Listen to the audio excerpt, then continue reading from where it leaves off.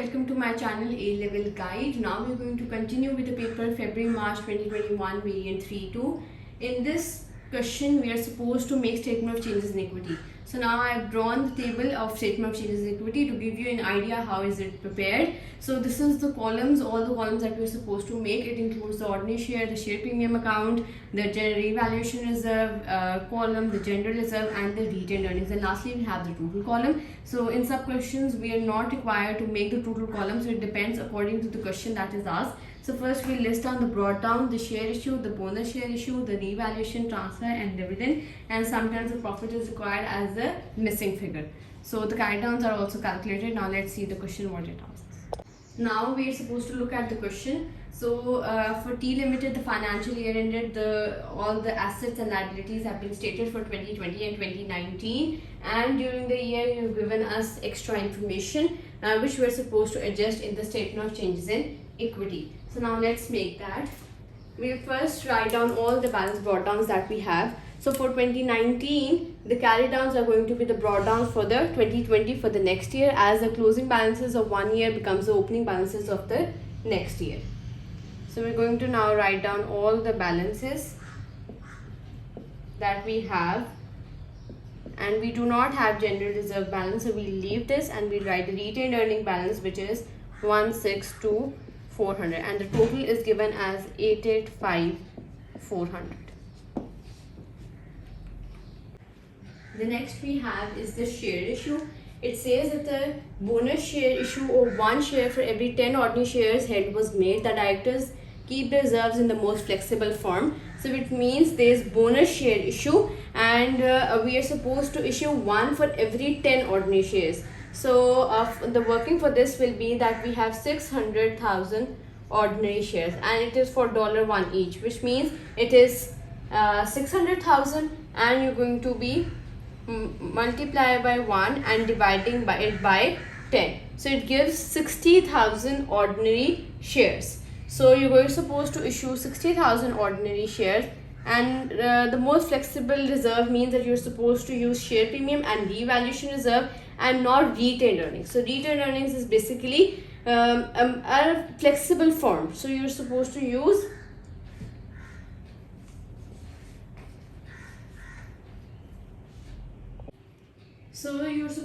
the most flexible form, which means share premium and revaluation reserve, and not retained earnings, as retained earnings is a flexible form, but the most flexible form is basically share premium and revaluation reserve. So you're supposed to divide it in the form that 48,000 will be subtracted from here. So you use share premium first. So the balance that you have in the share premium will be all used, and then the remaining that you have is 12,000. So 12,000 will be subtracted from the share premium, hence you will have a nil balance in the total column. So this is a characteristic of bonus share issue, that it leaves the balance unchanged, because if you share issue is 60,000 but the balance that have been withdrawn from the two accounts is 60,000, so it balances it off. So next we have is that on 1st March dividend of 0.16 per share was paid. So you're supposed to calculate the dividend per share. 600,000 ordinary shares were there. 0.16 per share was dividend paid, which means a total of 96,000 was paid as dividend. So this will be written under dividend.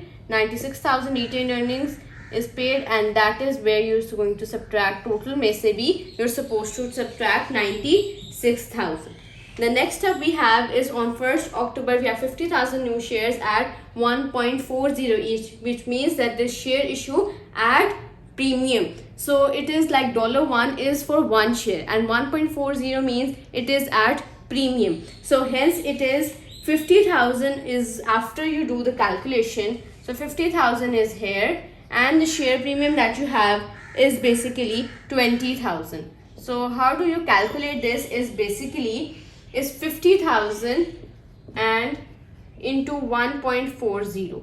So 50,000 into 1 will give you 50,000, and into 0.40 will give you 20,000. So basically it's a total of 70,000 that you're supposed to record, and also in the total column you will be recording 70,000. And on 1st October you have done, 1st April is done, 1st March is done. Now we'll move on to 1st December. Land including property, plant and equipment was revalued upwards by 25,000, which means there's a revaluation reserve of 25,000. Hence revaluation under you're supposed to write 25,000, which will also be recorded in the total column. And that is how you've done this.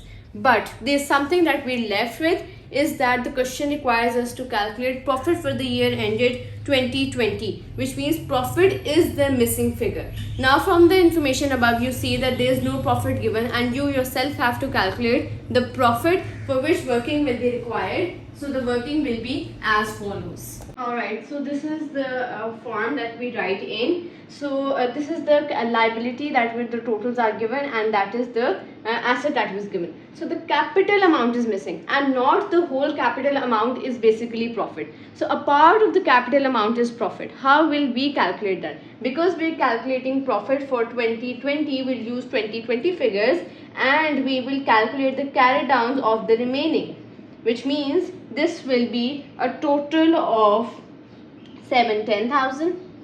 This will be a total of 20,000. This will be a total of 100,000, and we don't have we have retained earnings and we have the total. So the profit is basically recorded under retained earnings. So we need to know this amount for which the total will also be calculated. So if you subtract assets from the liabilities, you get a total of 951120. So basically this is the total that you have, and now you're supposed to calculate the profit for the year, which means that you're supposed to subtract these figures from 95,120, which is capital, because all these figures are also under capital. So you're supposed to subtract 10,000 minus 20,000 minus 100,000, which gives you a total of 12,120. So this is the total of the retained earnings section, because we're totaling all the sections and we're calculating this. So if you subtract this from the remaining amounts, like for instance, if you subtract this with 96,000 and this, so you get the answer for the profit for the year as 66720, because now you're supposed to do backward working. I hope you're aware of backward working, which means if you are given 121120 as the total, you are going to add back 96,000 and you're going to subtract 16240, so you'll get 66720. How do you do that? Is basically 16240 minus 96,000, going to add profit, gives you 121120. This is how your statement is calculated. So you're supposed to take this there, which will be added, and this will be subtracted, which means the profit will be 66720, and this is same going to be recorded in the total section, which is 66720, and you're going to calculate the total, which is 95,120 is the total of the capital section, and here your statement of changes equity is complete. So most of the statement of changes in equity question requires only the calculation which is in the table given, like the dividend payment, the profit share, the share issue, and not the missing figures. But sometimes there are changes in the question, so missing figure is supposed to be calculated, hence you will use this method to do that. And these are the carry downs that you need to see. Right, so now for the B part, we are supposed to make the statement of cash flow. Statement of cash flows is according to the IAS 7 standard, which require us to make it. There is a proper format. Now moving on towards the calculation part, operating profit is basically the profit before interest and tax. So the profit that we calculated in the statement of changes in equity was 66720. Now we are supposed to calculate the profit which is before the inclusion of the interest and tax. So hence it is stated in the extra information that 19,500 was basically the interest that was paid. So hence we will add that, and the total figure that we get this is 86,220, which we are supposed to write in the last column. Now we are supposed to move towards the next thing, which is the depreciation you're supposed to calculate. So now depreciation is a method. It includes straight line method, the net book value method, the other methods. But in this case, the information has been provided to you At 31st December 2019, you had 842,000, the balance of the property, plant and equipment. But at 2020, you had 867,000. So the difference between them is basically the depreciation that you have to charge.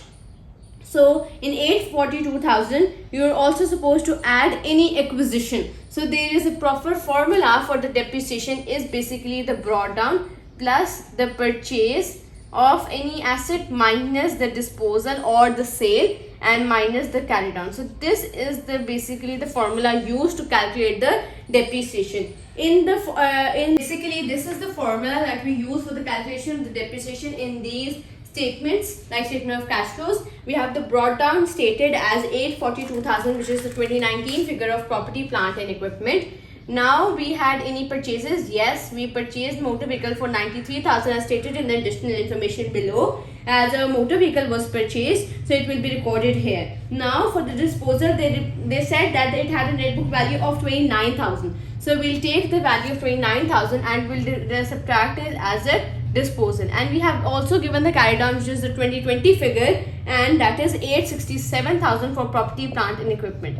Now you might think that here the question we have done, we've now written down the equation and we can calculate the depreciation, but you're here missing something very important, which is that we did above, is the revaluation. So the property, plant and equipment revalued for 25,000, which means the amount got up by 25,000, hence it will be added here, which is the revaluation. So the formula includes the revaluation if there is any. So in most cases there isn't any revaluation that you're supposed to record, but here you need to take into account for the statement of changes in equity, you're supposed to add 25,000 to get to the figure, which is basically 64,000 depreciation that you have charged.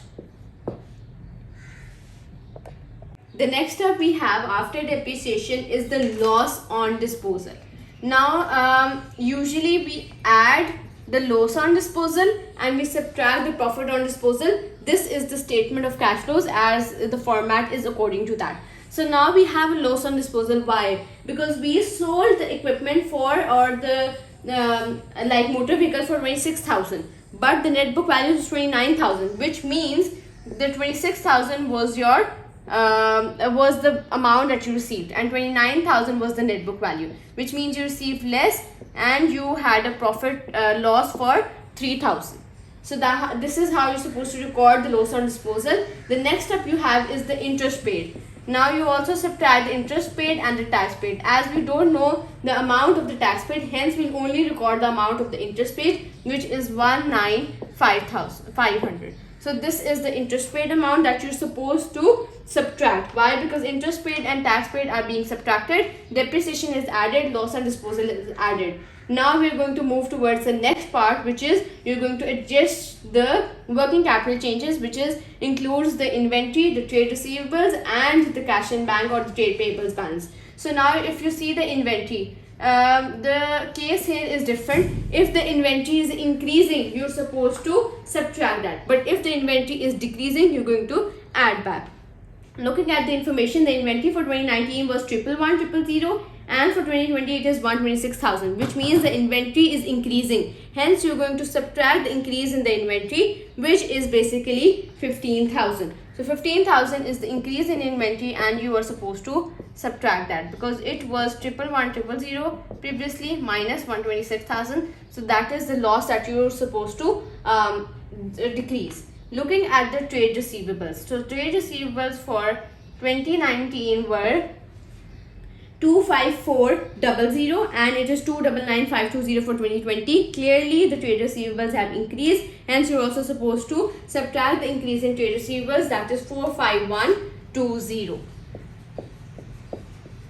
Now looking at the next part is that you're supposed to see the increase in trade payables or either decrease in trade payables. So the opposite is for the trade payables. If the trade payables is increasing, you're supposed to add back. If the trade payables is decreasing, you're going to subtract that. So the trade payable for the year is also increasing. So hence you're going to add the increase, which is 8,400 for trade payables.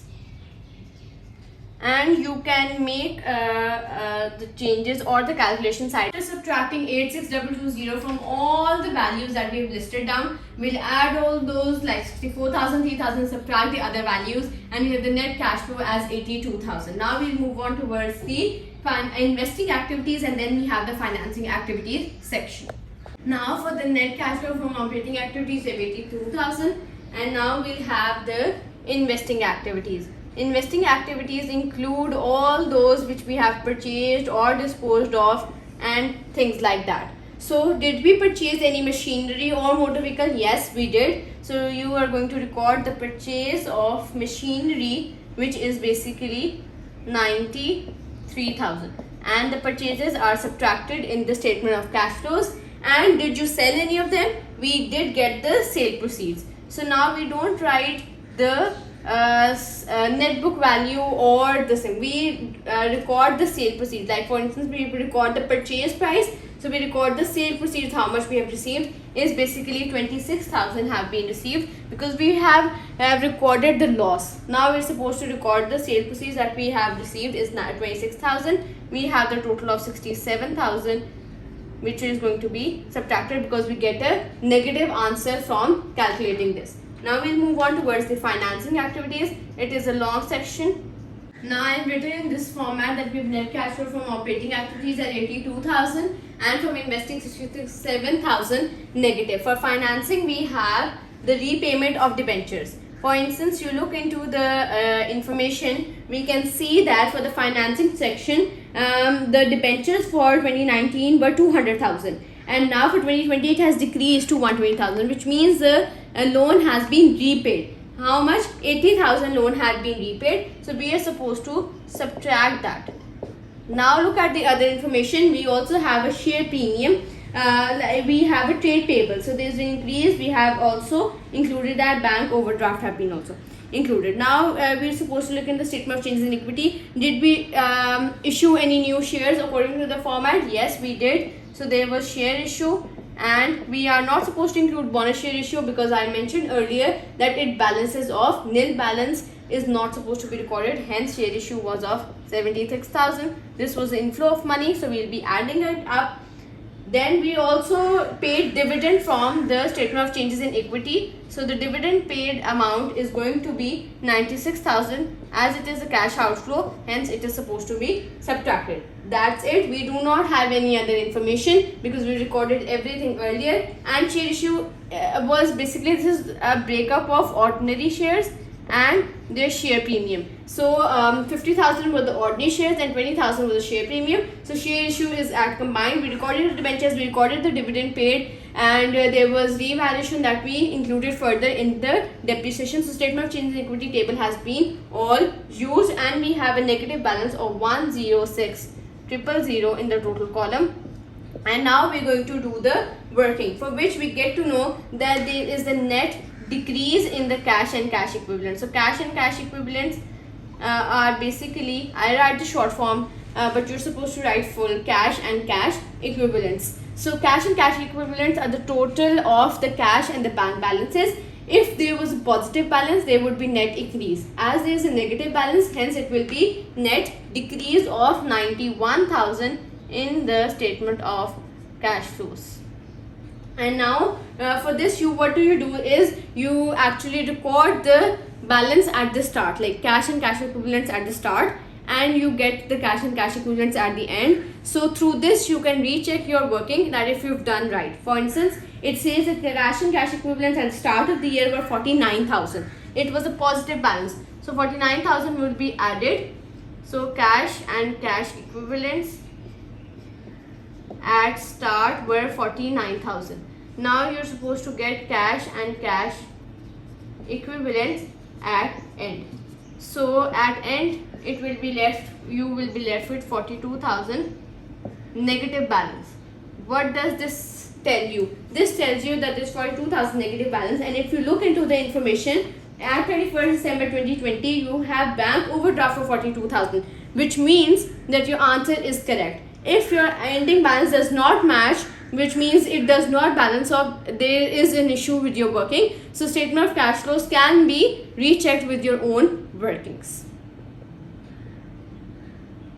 Now for the C part, they say that assess the impact of the payment of dividend and partial repayment of the debenture on the cash and cash equivalents. So you paid dividend of 96,000 and you paid debentures of 80,000 that we have calculated. Now say what is the impact on that? Obviously the only if you paid dividend 96,000, then if you do not pay debenture, there would be a huge impact. Like for instance, it would not be a negative 42,000. You can add 80,000 to it and you can have a positive net cash flow at the end of the year. But due to the payment of both, you will have a negative balance at the end. Also, you could not pay dividend and you could also issued more bonus shares because it leaves it unchanged. But with the dividend payment, you have 96,000 negative balance. Bonus share issue could also be given in replacement. And early payment of the debenture has led to a decrease in the interest that